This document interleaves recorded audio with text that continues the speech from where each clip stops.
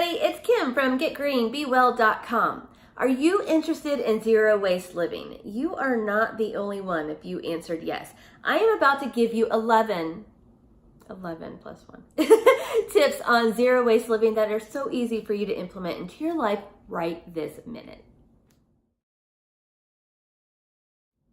So these are some of my favorite zero waste tips. I've been doing these for, decades. Because back in the day, it was just considered thrifty or frugal to be doing most of these things. Today, it's considered zero waste. Whatever it's called, whatever the trend might be, it is still a great idea for the environment. It is great on your pocketbook, and it shows that you care. So without further ado, let's get into 11 great zero waste living tips. Instead of paper towels that you literally rip off and then throw right into the trash, try some reusable cloths instead. These are going to last such a long time. Just put them in the wash with your normal linens or normal towels.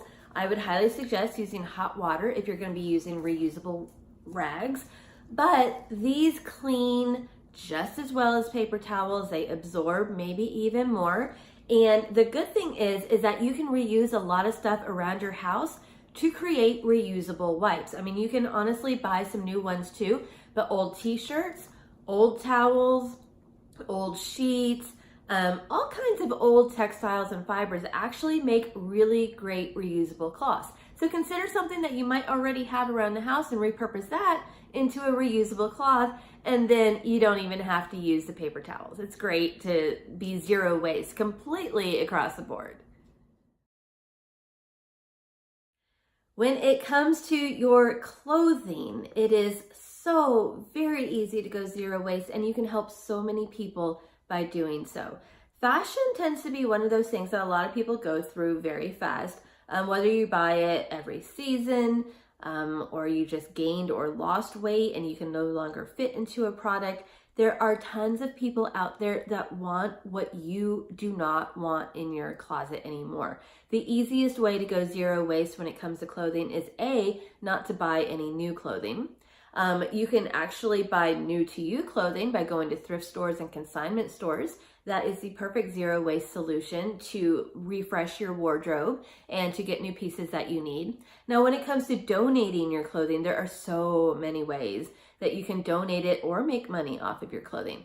Donate it to thrift stores, church thrift stores, consignment stores. You can actually make money if you have a physical consignment store in your city or community. You can donate things online, which is surprising. There's actually online consignment stores. I will have a link to Thread up below. And while I don't really recommend using the company if you are wanting to make money, I have a link below that will show you how very little money that you will actually probably make by selling your clothes and bags and all that on consignment through them. It actually, if you just want it out of the house and it to go to somebody else, it is a great way because you can just buy a bag or order a bag, have it shipped to you, fill it, and then send it off. I will actually put a link below of all kinds of places where you can sell clothes online because, again, it's a zero waste option of giving that clothing to somebody else that can use it. You actually might be making a few bucks along the way. If you go through a lot of clothing that you donate, you can get tax credits as well for that if you itemize your taxes. But before you get rid of any clothing, there is just no need to throw away clothing, just none. There's people that need stuff out there. No reason to throw away. If you're saying, but hey, it's damaged, it's ripped. You can use that fabric. You can, if it's like a sweater, you can felt wool dryer balls or something like that. You can repurpose it in a variety of ways. Like t-shirts, as I have talked about, you can upcycle those into rags that you use as reusable rags. There's tons of ways on Pinterest to repurpose denim jeans into the cutest aprons and purses and bags and all kinds of things. So if you're not donating it, then at least repurpose it. If you're not crafty and you don't even feel like repurposing it, there are charities that will take your clothing donations and they will actually sell it for the fibers and they can make money that way. So there's always a way that you can repurpose your clothing, shoes, bags, and all of that jazz into money for somebody else or into helping somebody else. Instead of using a lot of these for lunch and snacks and food on the go, there are so many zero waste options to store and transport food. Now I'm going to show you one really cool one that you might not be familiar with, and these are silicone reusable bags. And if you can see, it looks in there like you can actually, it's clear on the front and then a little bit more matte or unsee-through on the back, but they seal like this. You actually just stick them together, kind of like a zip top bag that you might be familiar with. And then you pull it apart and you can literally hand wash this or put it in the washing machine. Again, these are made with silicone. They are reusable. They're fabulous. You can put them in the freezer. You can put them in boiling water, like for sous vide cooking. That is becoming quite popular. You can just store them. I plan on putting freezer meals in here. You can put soup in here, all kinds of things. I like how it expands on the bottom. There's all different sizes as well. I'm gonna put links to this below because literally they have snack sizes. This is a larger one because I'm gonna use it for leftovers, but they have snack size, sandwich bag size, even bigger size than that. So it's a good zero waste option for food storage. Another one is reusable containers such as these. These are stainless steel bento boxes, and I will put a link down below. These are from Eco Lunchbox. They are great because, I mean, they're indestructible. So if you have like little kids that are gonna be throwing things around, they have a silicone top and then just stainless steel. Again, put them in the dishwasher or hand wash.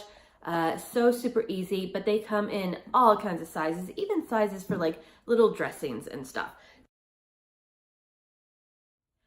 When it comes to entertainment, such as reading magazines or reading books, there are a lot of zero waste options that you can do. Instead of buying magazines, flipping through them and putting them in the trash, there are plenty of options to get magazines online and read them digitally. If you are going to be buying something like this, I mean, yes, it is recyclable, but what I love doing is bringing them to the library so that other people can use them. At our local library, we have a magazine exchange where you put ones that you've read down for free and you can pick up others for free, or donate them to doctor's offices or nursing homes, churches. You know, there's all kinds of places where you can donate things like that if you actually are going to be buying a magazine or a book. Now the library, as I said, it is like the perfect zero waste option. I mean, it really is. There's so many libraries that rent so much stuff beyond books. And we're talking about DVDs. I've seen people get seeds at libraries. I'm not even joking. You can like get seeds to plant in your garden and then you harvest the seeds from those plants and return them to the library so that somebody else can use them again. I've had libraries that have free museum memberships that you can borrow, power tools, art supplies, so much stuff. So really, if you are into zero waste, please check into your library. Every library is different, but there are some amazing options. And again, just getting a book from a library, you know, that is the perfect zero waste option of reading a book if you're not going to be donating it afterwards. Now, I think you're going to be surprised. I used to work in a bookstore quite a few years ago, so this practice might have changed, but I'm not sure. When bookstores have too much inventory of a certain title, this really just pissed me off to no end. They would take the cover and rip off the cover of like paperbacks and even magazines as well so that they couldn't be resold, and then just put everything in the dumpster. Even back years ago, I was so livid. And just knowing that other people could use those products. Again, I'm thinking nursing homes and libraries and kids without books and, you know, so many people that are in need. So that might be something that, I don't know, you want to start talking to publishers about. If you're really, really concerned about waste movement, I think it's just absolutely horrible if book publishers actually encourage bookstores to continue to damage a book, throw the whole thing away simply because there is too high of an inventory. And if you work in a bookstore or work with a publisher, let me know in the comments below if that is still a common practice. It was just horrifying back then. Maybe it has changed. I hope it has changed for the better, but it would be interesting to know if anybody could comment and let me know if that still goes on and if there's dumpsters full of perfectly good books and magazines still behind bookstores. Instead of using disposable fabric softener sheets, you can either use a liquid fabric softener or you can just invest in some wool dryer balls. I love the wool dryer balls because they do help with static, and you can actually make them yourself. If you have a sweater or extra wool yarn somehow that you don't know what to do with, you can totally repurpose them and make your own wool dryer balls, or you can buy them and support a local business. But these will last so long while doing your laundry, and they will keep those fabric softener sheets from going into the landfill. And if you're buying a liquid fabric softener, then using this would actually prevent buying bottles of the liquid fabric softener and having to recycle those bottles.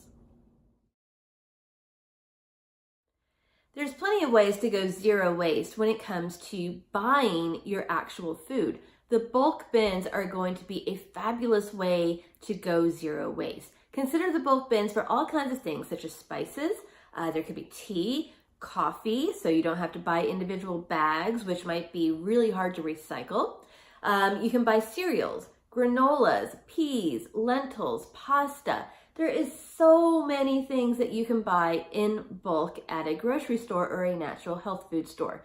Now, you are going to be saving money in the long run too, because you're not paying for packaging. So just be sure to invest in a nice reusable bag that your grocery store allows. There's a lot of products online where it's like a muslin bag that costs or weighs very, very little, and you can reuse that, fill it with whatever you want, wash it, bring it back.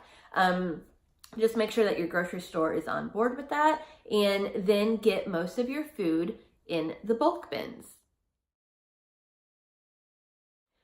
Gift giving can be a little bit of a tricky situation if you're trying to go zero waste. I mean, you obviously want to buy something for somebody, but it's really hard to go against your values if you truly, really just don't want to be buying things. And in today's world, it is so easy to give meaningful gifts that people will love, and you don't have to worry about them throwing it out, 2 days later. Digital gift cards are fabulous. I mean, everybody loves gift cards. If you actually wanted to buy a plastic gift card, there are a lot of places that will take that plastic gift card back and recycle it. So look into that if recycling something is an option for you. I know that digital gift cards are just so much easier, and honestly, they can be put onto somebody's app, such as Target. You can load a gift card onto your app, and there's never any waste involved in that at all. Giving experiences is actually something that is just a beautiful gesture for somebody. Give them a night out on the town, like offer to babysit their children or pets or whatever might be keeping them at home, and give them that digital gift card for a meal. Hot air balloon rides, vouchers for movies. There's so many experiences, city tours, foodie walks, river rafting tours, so much stuff that you can find. I'm going to try to put a link below as to a good resource of ways to find a great experience in anybody's hometown. So like, even if you're not aware of what's going on in somebody's city where they live, like for a birthday present, then you can investigate based on where they are and see what options there are. And then when it comes to gift giving, if you are giving a physical item, consider wrapping it in something reusable. So put it in a beautiful bag that acts as gift wrap, but that they can keep as well. It could even be like a reusable tote bag that might be something that they can use for grocery shopping. Consider wrapping it up in a beautiful scarf that is also a bag. You can use fabric as reusable gift wrap. And if you just really want to use something that's classic, choose a paper gift wrap that is recyclable. Now, a lot of paper gift wrap, if they have like glitter or a lot of sheen on it, it has to go straight into the trash can. But if you're using a simple like craft paper, brown paper, something that doesn't have a lot of shiny stuff on it, then that can generally be recycled. For makeup removal, consider reusable eye makeup remover pads. There are a lot of options like this that are disposable and easily take off your makeup, but you can buy reusable makeup pads and use a liquid makeup remover. You can even use something as simple as coconut oil. That works great on removing eye makeup. Again, okay, instead of using plastic water bottles, this is an easy one, guys. Just get the reusable water bottle. Now, this is actually going to be zero waste, but it could end up benefiting you in other ways. I bet you didn't know that bottled water actually is regulated in a completely different way than the water that is coming out of your tap. Yes, it is true. So water bottle water isn't held as high of a standard as water that is coming out of your tap. Now, you can obviously put a filter on your tap water as well for even more filtration, and I actually highly suggest that. That is what we do. But in the long run, you might be exposing yourself to less chemicals or pollutants or any of that stuff in your water that you bring out of your tap through a filter than you are by buying bottled water. So it's a win-win situation. Zero waste if you've got the reusable water bottle, and you might actually have some other benefits as well. If you drink coffee or tea every morning or every night, you'll be happy to know that there's plenty of zero waste options for indulging in your favorite drink. There is reusable coffee filters, reusable coffee pods even. There are tea bags that are reusable, tea balls. So there are a variety of ways to still enjoy the specific brand that you love and the taste that you love and not have that daily disposable waste, and choose a zero waste option instead. While delivery services are so convenient and ordering online is so convenient, there is so much waste that comes with so many of these delivery services. I've tried out some grocery delivery services. It is staggering the amount of packaging that they use to like bring a bag of kale. I understand that it is a temperature control thing. It is a health and safety issue.